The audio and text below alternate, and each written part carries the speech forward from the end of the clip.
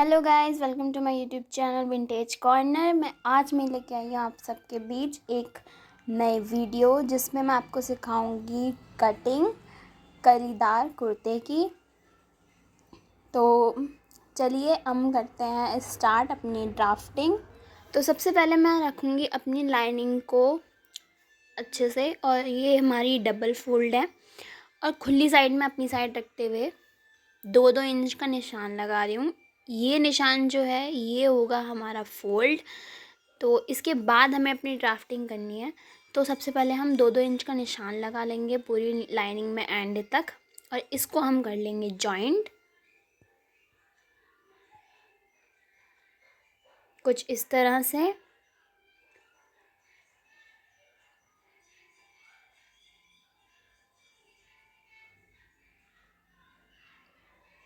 अच्छे से सेट करने के बाद हम लेंगे अपना सूट की ड्राफ्टिंग करेंगे जैसा आप सूट में करते हैं। तो सबसे पहले मैं तीरा ले लूँगी 7 इंच, क्योंकि ये कॉलर वाला है तो इसलिए एक्स्ट्रा हमने लिया है। उसके बाद मैं 12 से 14 इंच के बीच में हम लगाते हैं अपना वेस्ट का निशान, और 20 से 22 के बीच में लगाते हैं हम अपना हिप का निशान। तो सबसे पहले मैं चेस्ट का 4 + 1 इंच करके वहाँ पर निशान लगा लूँगी, जो आ रहा है मेरा 10 इंच, और 1.5 इंच हम रखेंगे इसमें मार्जिन। जितना हमने अपना चेस्ट रखा है उससे -1 करके हम अपना वेस्ट रखते हैं, और फिर सेम इसमें भी हम 1.5 इंच का मार्जिन रखेंगे, और हिप भी हमारी रहेगी 11 इंच प्लस 1.5 इंच हम इसमें भी अपना मार्जिन रखेंगे। इसके बाद हमारा जो सूट है वो ए लाइन है, तो जितना हम हिप का रखेंगे उसके बाद मैं तिरछा पूरा डाल दूँगी। तो मैंने वही करा है, अपना मार्जिन से मैंने नीचे को मैंने तिरछा कर लिया है कपड़े को पूरा, और हम पूरा ले लेंगे। इसके बाद हम करेंगे अपने निशानों को मिला देंगे, जो चेस्ट का निशान है उसको वेस्ट के निशान से और फिर हिप के निशान से मिलाते हुए, और सारे मार्जिन्स को हम आपस में उनको भी मिला लेंगे। इसके बाद मैं अपने आ जाती हूँ तीरे पे। तो ये भी मुझे 7 इंच रखना है। बॉक्स जो है वो हमारा 7 इंच का बना था, तो इस पे निशान लगा के अब मैं साइड से आर्म होल में 1 इंच ऊपर करते हुए उसमें गोलाई दूंगी। इससे हमें क्या होती है, गोलाई देने में हेल्प होती है। तो सबसे पहले मैं दूंगी पीछे की गोलाई, इसके बाद मैं दूंगी इसमें अपनी आगे की गोलाई।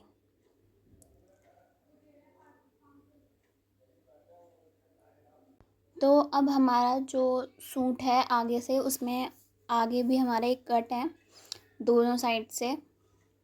तो हमारा जो तीरा है वो है 8 इंच, उसका मैं हाफ़ ले लूँगी जो होता है 4 इंच। तो 4 इंच का मैं पूरा नीचे तक निशान लगा दूँगी, जिससे मुझे एक सीधी लाइन मिल जाएगी। अब इन निशान को मैं मिला लेती हूँ। इससे क्या होगा, हमें एक सीधी लाइन मिल गई है कट करने के लिए, और सीधी लाइन की ड्राफ्टिंग मैं कर लूँगी स्केल की हेल्प से।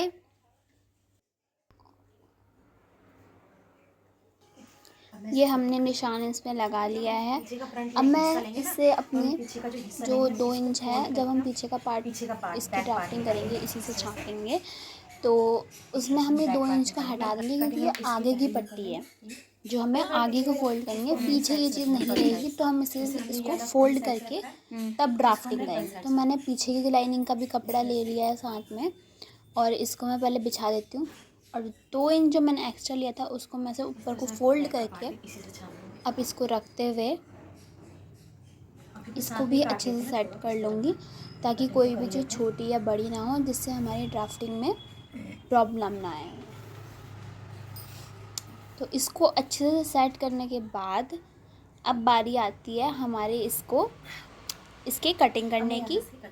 तो मैं आपको दिखाती हूँ उसकी कटिंग करके।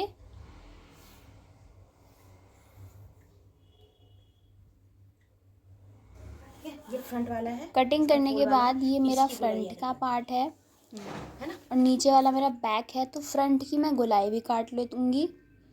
ये होती है हमारी आगे की गोलाई।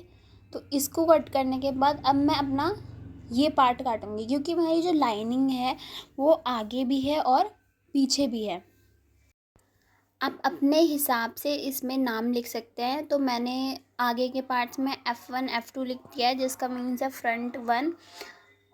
तो वो मैंने अपने हिसाब से सेट कर लिया है, आप अपने हिसाब से कर सकते हैं। इसके बाद मैं इनमें लगा दूँगी कट, ताकि मुझे पता चल जाए कि ये कमर का निशान है और ये हिप का। ये निशान लगाने के बाद ये है हमारा बैक पार्ट। तो बैक में भी आप सेम ऐसे ही कर सकते हैं, बैक लिख के। फ्रंट में मैंने 1 2 इसलिए करा है क्योंकि फ्रंट के हमारे ज़्यादा पार्ट्स कटे हैं, बैक का सिर्फ 2 पार्ट कटे हैं, तो वो सीधा सीधा जुड़ सकते हैं। लेकिन फ्रंट में हमें कन्फ्यूजन ना हो, इसलिए हम इसमें फ्रंट 1 फ्रंट 2 करके इसको अलग अलग नाम दे देते हैं।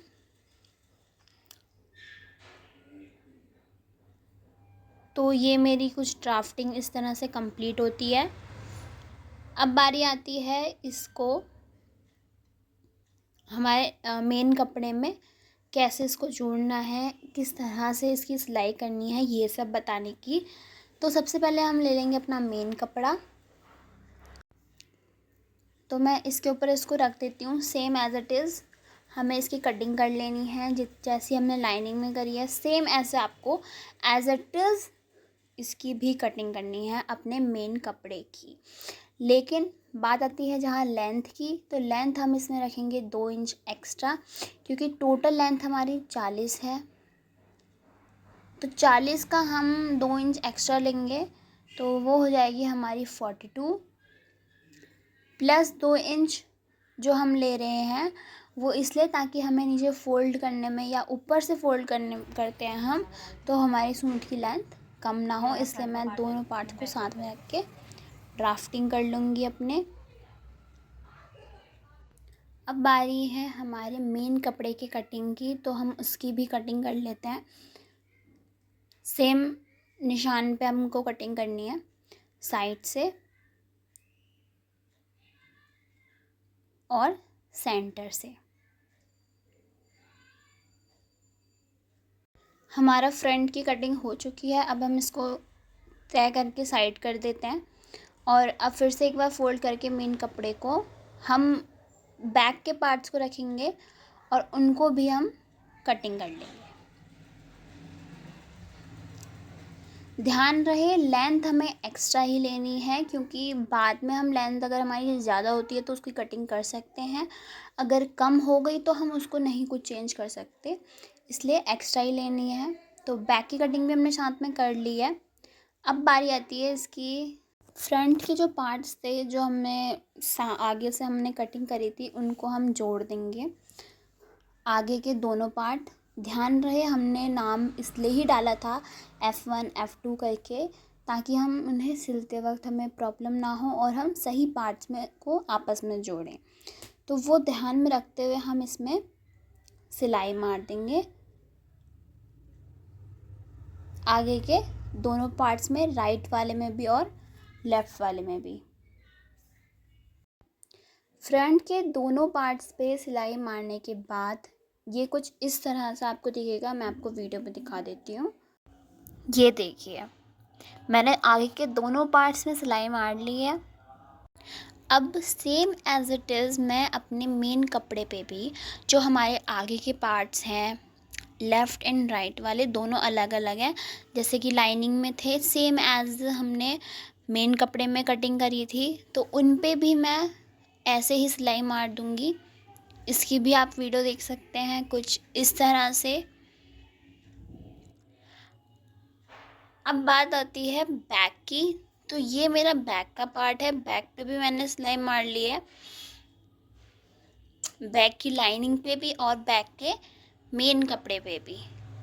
चारों पे आपको कुछ ऐसे ही सिलाई मारनी है। उसके बाद आपको जो हमारे सूट्स हैं, सूट के जो नीचे का पार्ट है उसको फ़ोल्ड करना है 1.5 इंच। ये आप देख सकते हैं मैंने इनको फ़ोल्ड कर लिया है। फ़ोल्ड करने के बाद जो जिसकी लाइनिंग है उस पे उसको अच्छे से कच्चा कर लेना है। और ये हमारा कच्चा कुछ इस तरह से हो भी चुका है। तो यहाँ पे हमारी ये वीडियो कंप्लीट होती है। तो आज की हमारी ये वीडियो होती है यहीं पे कंप्लीट। इसके सेकंड पार्ट आएगा जिसमें मैं आपको बताऊंगी कैसे किसकी स्टिचिंग करनी है। तब तक के लिए thank you for watching our video. Please like it and subscribe our channel.